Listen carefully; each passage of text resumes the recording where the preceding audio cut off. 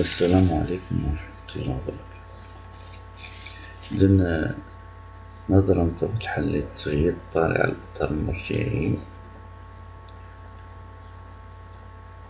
حيث حدثت بعض الدروس أو التطبيقات بين قوسين في الجزء الميكانيكي والتقاعد لنيوتن،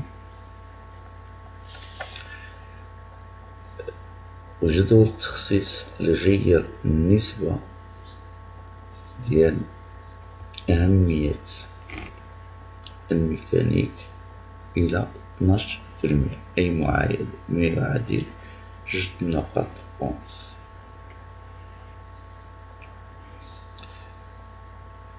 حتى أطل عليكم. إذن المجال الفرعي الرابع الميكانيك، لا ميكانيك. Donc on a deux parties: les lois de Newton et les applications de la deuxième loi de Newton. قوانين نيوتن وتطبيقات القانون الثاني لنيوتن. إذا غنبدا مباشرة l'automotive. Donc connaître et exploiter les expressions des vecteurs vitesse instantanée ou des vecteurs accélération.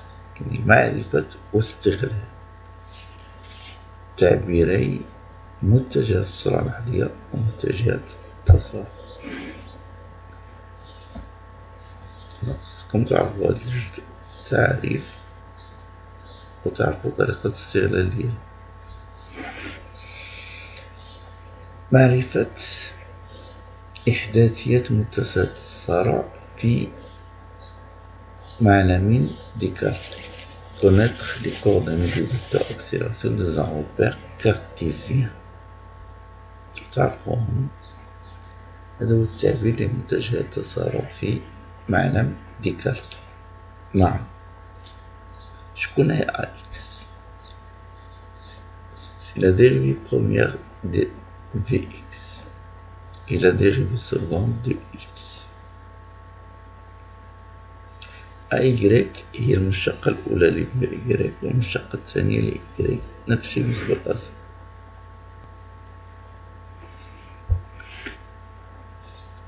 معرفة إحداثية متجهات التسارع في أساس فريم. connaître les coordonnées des vecteurs accélération dans la base de frame.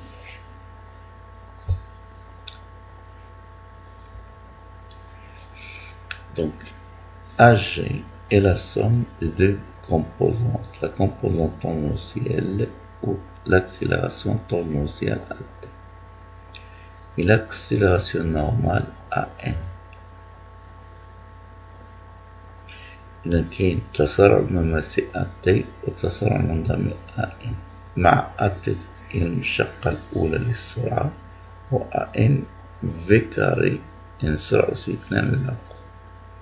شكون هو شعاع انحناء المسار et le rayon de courbure de la trajectoire.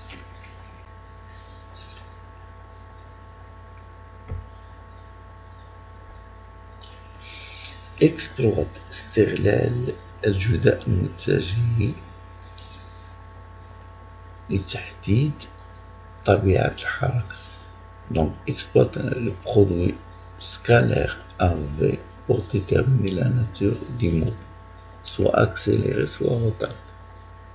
هنا شوف هاد الجوج. الإطار المرجعي محدد لينا إما متباطئة أو متسارعة، رغم أنني غنتجاوز هاد الجوج هادو. دونك إذا كان هاد الجزء متجه موجب فالحركة متسارعة. أنا متكلمتش واش دائرية ولا مستقيمة، متسارعة بصفة عامة.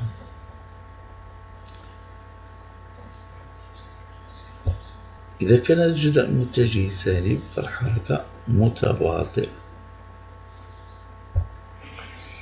إذا كانت يساوي صفر الحركة إما مستقيمية منتظمة، un mouvement de translation rectiligne MRT فهاد يونيفورم في هذه الحالة السرعة ديال مركز القصور تكون ثابتة أو لا توجد حركة. السرعة تساوي متجهات. دونك في الحالة الأولى دي حركة مستقيمية منتظمة التسارع تساوي صفر. هذه حالات خاصة.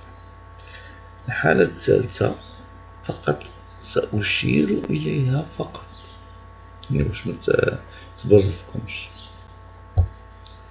وفي حالة عمودي على هنا الجزء المتجه تساوي صفر.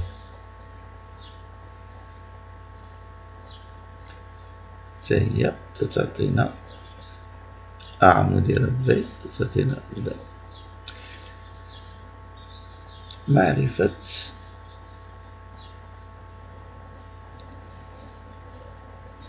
معلم جالي شكون هو connaître le référentiel كان référentiel غاليلي. إذا التعريف ديال معلم غاليلي وكل معلم يتحقق فيه مبدأ القوس. شكون هو مبدأ القوس؟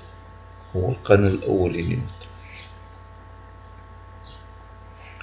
C'est un référentiel dans lequel la première loi de Newton est vérifiée. إذا هو معلم يتحقق. إذا كل معلم يتحقق مبدأ القصر فهو معلم غني. كذلك يمكننا نوسع التعريف هذا. C'est un référentiel dans lequel un objet isolé ou pseudo-isolé يا إما تكون في حالة سكون وإذا كان في حركة وفي حركة مستقيمية منتظمة.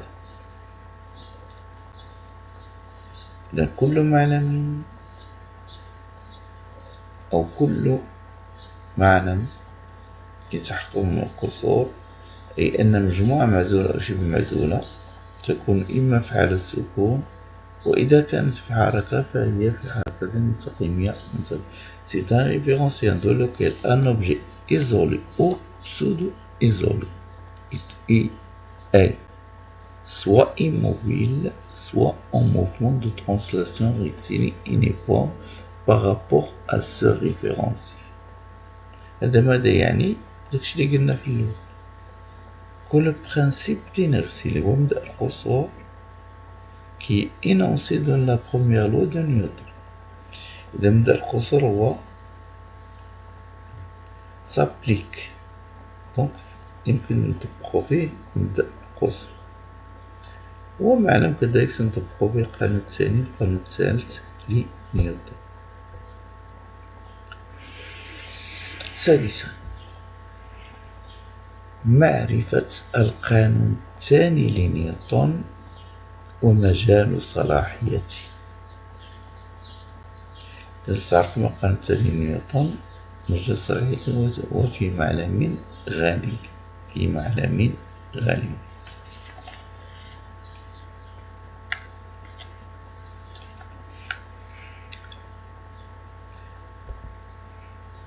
إذا إلا كنا مثلا في دراسة نظرية لحركة جسم معين حتى في دراسة تجريبية مبدأ القصور تيقول القانون الثاني من نيوتن تيقول مجموع القوى الخارجية مطبقة على جسم صلب تساوي جداء الكتلة في متجه التسارع H. إلا عندنا مثلا في التمرين جدول ديال القياسات إلى غير ذلك وبغينا نطبقو مبدأ القصور تطبيقيا تنستعملو هاد العلاقة وهي مجموع القوى الخارجية تساوي جداء الكتلة في الدلتا في على دلتا تي. هاد الحالة نحتاجوها في الدراسات dans l'étude pratique. هذا هو المجال فين نحتاجو.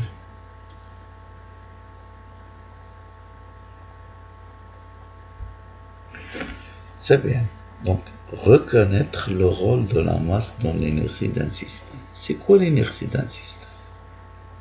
مادة نعني بالقصور جسم في الميكانيك. نعرف بأن القصور تتعلق بكثافة المادة، ولكن في la mécanique l'inertie d'un corps dans un référentiel galinien، l'inertie d'un corps تسمى l'inertiel et sa tendance à conserver sa vitesse. Donc قصور الجسم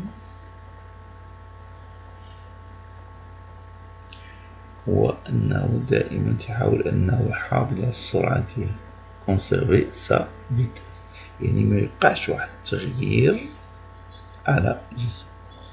وهذا سنلاحظه في مبدأ القصور، حيث أن في معنى من غالي مجموعة أو معزولة أو شبه معزولة ميكانيكيا تحافظ على السرعة، أي حركة تكون مستقيمة منتظمة. هذا كل ما كان الجسم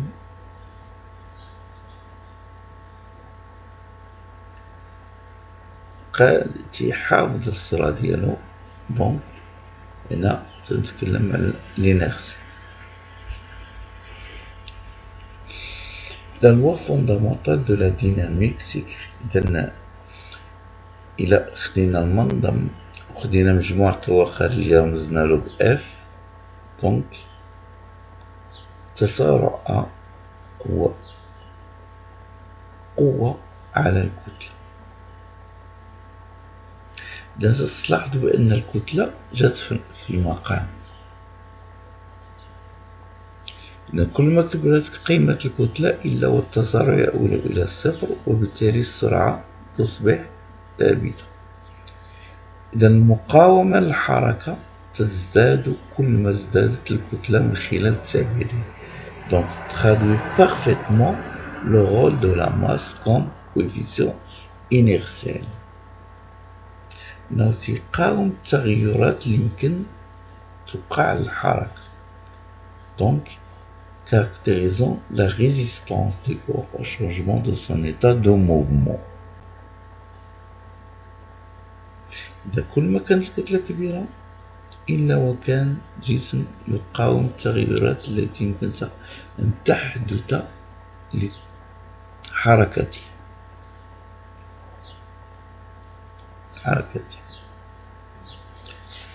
التي يمكن أن تحدث لحركته.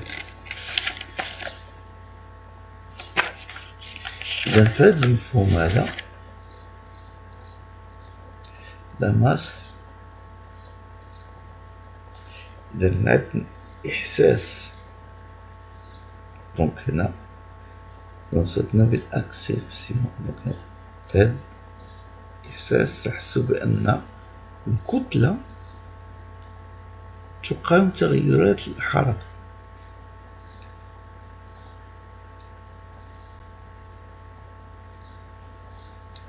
دونك هنا هذا هو لو رول دو لا ماس دون l'inertie du système. وهداكشي اللي مكتوب il résiste au changement de son état de mouvement. Donc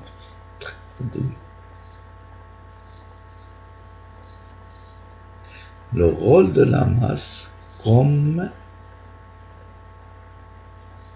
coefficient inertiel caractérisant la résistance du corps au changement de son état de mouvement. إذا الكتلة هي معامل تعبر عن مقاومة الجسم للتغيرات التي يمكن أن تطرأ على الحركة.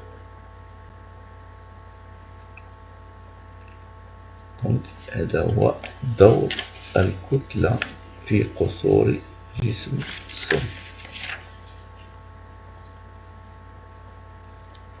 أو في قصور مجموع. Appliquer la deuxième loi de Newton pour déterminer les grandeurs cinématiques, les grandeurs dynamiques et les exploiter. تطبيق القانون الثاني من نيوتن لتحديد مقادير الحركية والمقادير التحريكية. الحركية سينماتيك، التحريكية ديناميك. واستغلاله، كاين استغلال شنو؟ استغلال هاد المقادير. شكون هاد المقادير؟ معروفة عندكم: متجهات التسارع وإحداثياتها، متجهات السرعة وإحداثياتها، متجهات التسارع متجهات الموضوع وإحداثيها، متجهات القوى الخارجية. دونك كل قوة بوحدها والإحداثية ديالها. هادو هما المقادير. 9، معرفة واستغلال القانون التركيبي للنيوتن، أو ما يسمى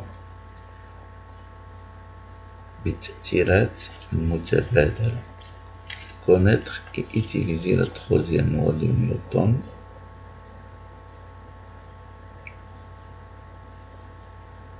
ou qu'on appelle principe des actions réciproques. نذكروا به: إذا كان جسم A يطبق قوة على جسم B، فإن جسم B يطبق كذلك قوة على جسم A، بحيث العلاقة بين القوتين هي اللي قدامكم، وهذه العلاقة تنستنتج منها ما يلي: أن للقوتين تأثير A B نفس الشدة ومنحيان متعاكسان. كل زاكسيون ميكان. وهذا القانون الثالث يطبق سواء كان جسمان في حالة حركة أو في حالة سكون. دونك كل زاكسيون، يعني هذا القانون كل زاكسيون اونتر سواء دو كونتاكت أو أ ديستونس، سواء كانت تأثيرات عن بعد أو تماس. Soit en mouvement ou immobile, ces deux forces ont alors la même. إذن عندنا جسمين A1 و A2. A1 هو نعتبره مركز قصور A، و A2 هو مركز قصور B. دونك منحيان متعاكسان نفس الشدة نفس التأثير. استعمال معادلات الأبعاد ليزيكواسيون أو ديمونسيون. وهنا غادي نرجعو للوحدة ديال كل المقادير التحريكية كذلك الديناميكية. هنا قانون في الفيزياء الذي يعبر عن علاقة هو يساوي بين مقدارين. يساوي بين مقدارين. دونك هاد المقدارين لهم نفس الطبيعة.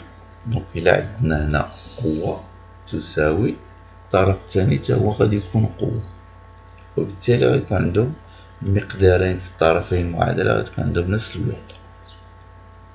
هذا مفهوم ديال هاد اي لوا فيزيك affirme l'égalité de deux grandeurs qui sont nécessairement de même nature.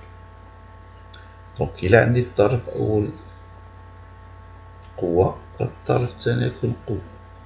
عندي في الطرف الأول تسارع، الطرف الثاني غادي يكون تا هو تسارع.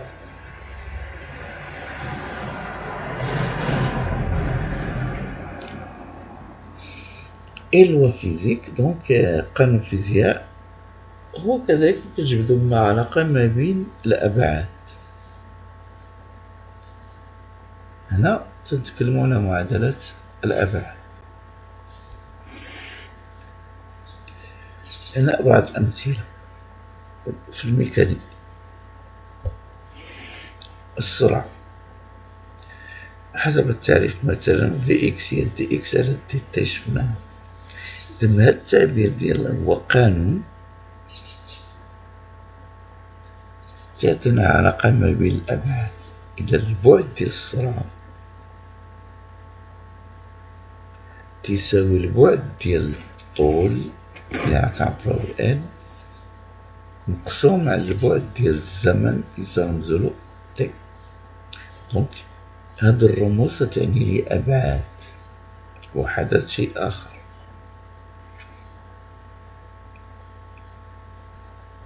نتكلم عن المصطلحات. كذلك التعريف ديال AX هي المشتقة الأولى ديال VX والمشتقة الثانية ديال X. إذا هاد العلاقة قلنا بأن البعد ديال AX اللي هو بعد ديال التسارع تساوي البعد ديال السرعة مقسوم على بعد الزمن. ولا عوضنا بعد السرعة القيمة ديالها عطينا بأن البعد ديال التسارع هو بعد ديال الطول مقسوم على بعد الزمن والسيكنا. هذا من حيث مصطلح أبعاد.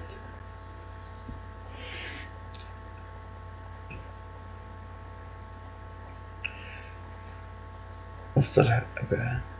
إذا هنا تيقول لنا بأن الوحدة ديال التسارع هي المتر سكوند موند. هنا لاحظوا التعبير بالبعد هي هادي، ولكن الوحدة تقول المتر سكوند موند.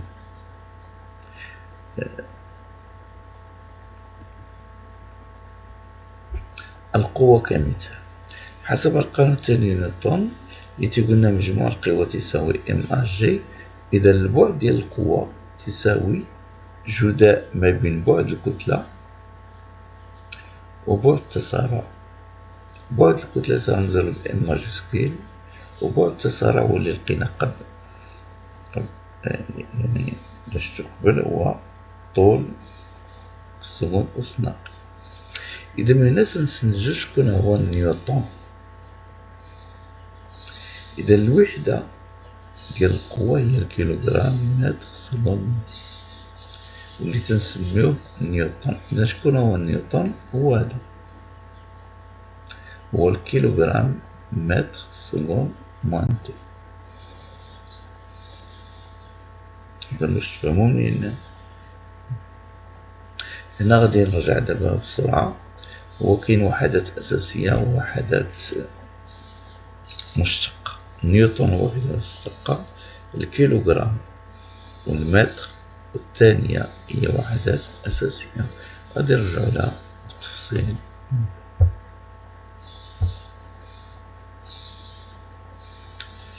إذا لاحظوا معايا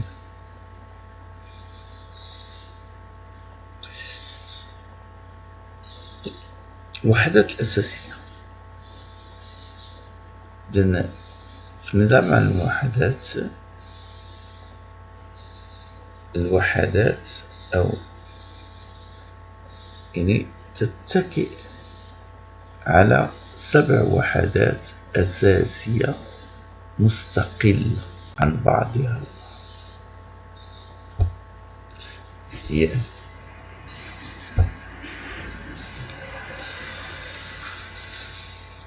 إذا البعد كاين الطول والرمز ديالو لا لونغور L، لا ماس M، الزمن T، شدة التيار الكهربائي، درجة الحرارة، كمية المادة، و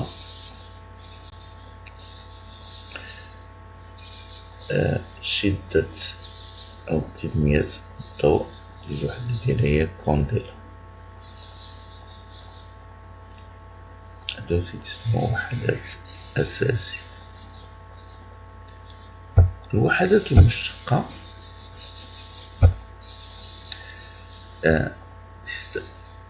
وحدات المشتقة تتجي تنعبرو عليها انطلاقا من الوحدات الأساسية، ولكن وحدات هي كذلك وحدات عالمية، وفي الغالب تتكون بأسماء علماء في الفيزياء أو الكيمياء أو غير ذلك. Donc les unités de base du système international sont des fondamentales. à partir desquels sont obtenus par combinaison toutes les autres unités des dérivées.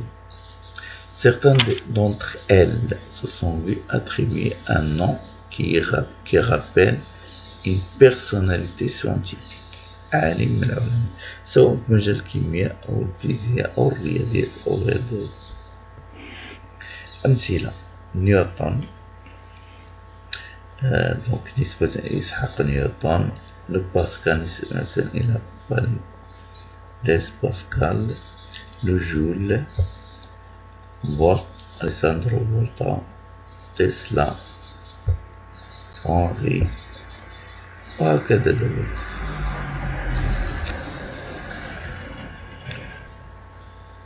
دوزور التطبيقات ديال القانون الثاني نيوتن.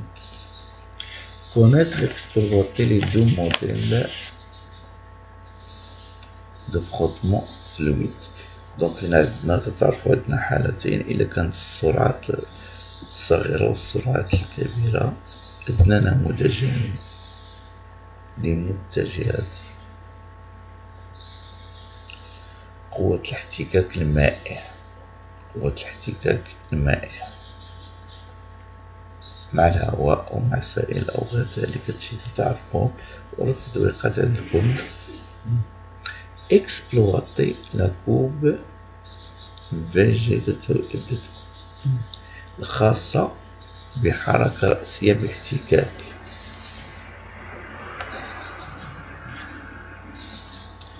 حركة رأسية باحتكاك. إذا المنحنى هذا دونك لا فيتاس ليميت، الزمن المميز اللي هو طو، يعني نميزو ما بين النظام الانتقالي والنظام الدائم، لو ريجيم ترانزيتوار إلى ريجيم بيرمانون. دونك المنحنى قدامكم هادشي خدمتو عليه تنظن. لا فيتاس ليميت، هنا واحد المثال، مثلا لا فيتاس ليميت هي 69.5. طو اللي هي الزمن المميز كاركتيرستيك غير تقريبا 8 ديال الثواني إلى غير ذلك. كيفية تحديد الضوء: مماثل اللحظة يلتقي مع مقارب أفقي في نقطة أفصلها ضوء، هادشي تتعرف. Appliquer la deuxième loi de Newton pour établir l'équation différentielle du mouvement du centre d'inertie d'un solide en chute verticale avec frottement. إذا تطبيق قانون ثاني نيوتن لتحديد المعادلة التفاضلية لحركة مركز قصور الجسم الصلب في سقوط رأسي باحتكاك.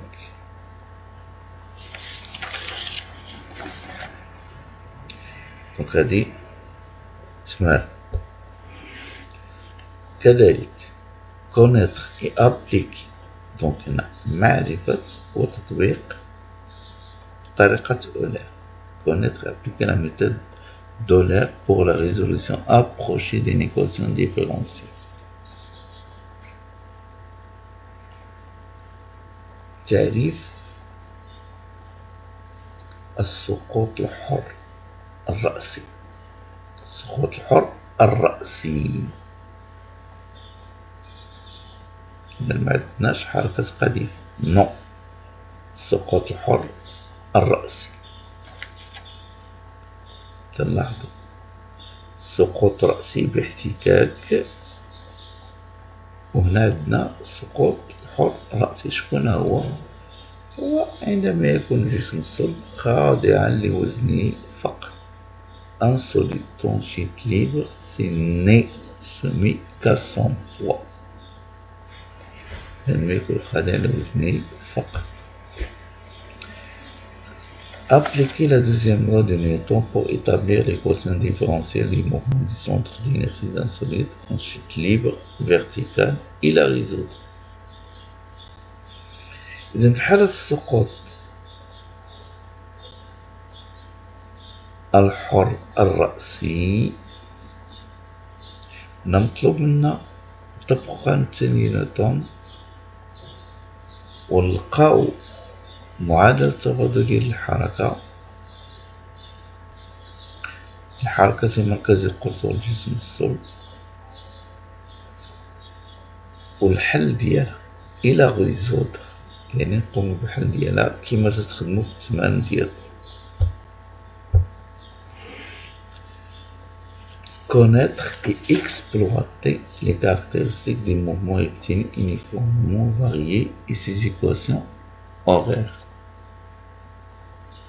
معرفة واستغلال connaître et exploiter مميزات الحركة المستقيمية المتغيرة بانتظام ومعادلاتها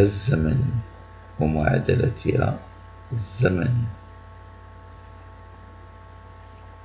إذا للتذكير فقط، تكون الحركة مستقيمة متغيرة بانتظام عندما يكون المسار مستقيمي.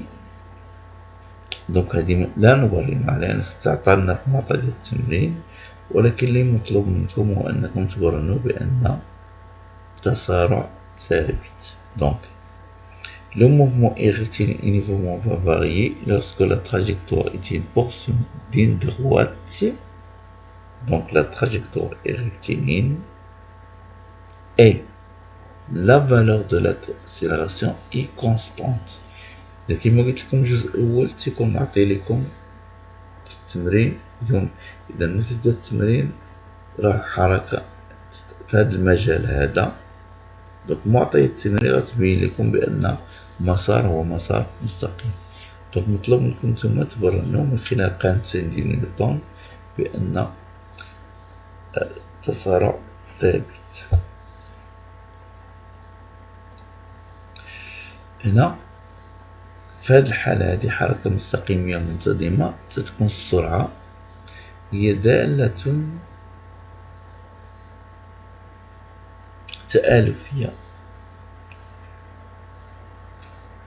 وفي حالة خاصة تكون دالة خطية تمر أسلم. في الحالات الخاصة بصفة عامة هي دالة تآلفية، والدالة الخطية هي دالة هي حالة خاصة للدالة الخطية سيتي فونكسيون أف. دونك كبارتيكيلي فونكسيون لينيير. دونك في حالة حركة مستقيمية متغيرة بانتظام متجه التسارع تكون ثابتة، أي تحافظ على المنحى والاتجاه والمنطق. Le vecteur d'accélération a toujours يعني même direction, même sens et même valeur. Il est constant, conserve، يعني محافظ على الثلاثة، المنحى والاتجاه والمنطق. إذا ici les équations horaires عندنا جوج المعادلة الزمنية، المعادلة الزمنية للسرعة والمعادلة الزمنية للحركة. L'équation horaire de la vitesse et l'équation horaire du mouvement. هما les équations horaires.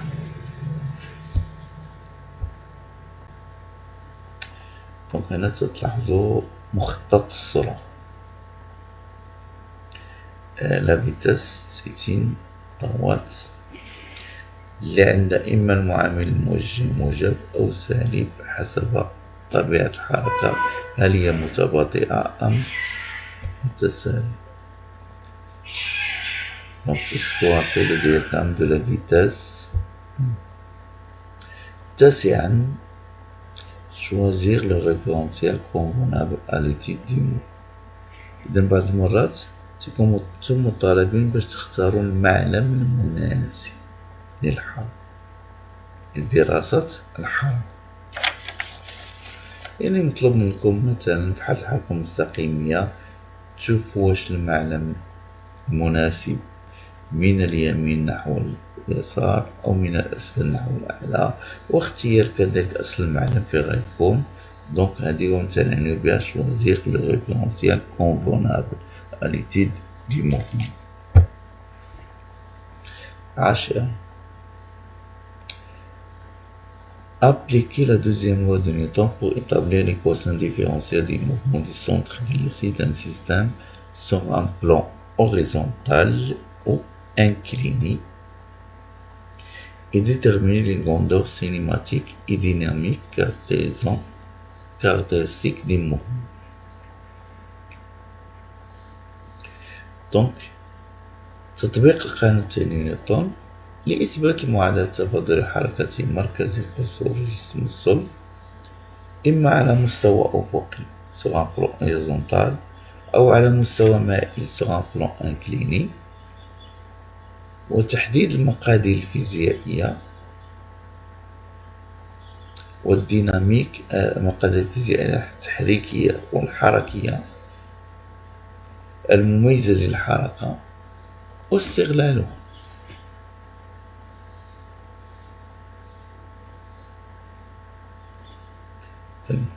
حركة فوق مستوى أفقي أو فوق مستوى مائي.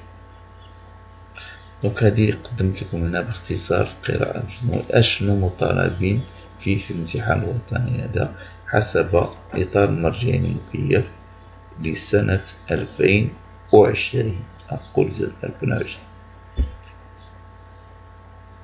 والسلام عليكم ورحمة الله وبركاته، وحد سعيد بإذن الله سبحانه وتعالى.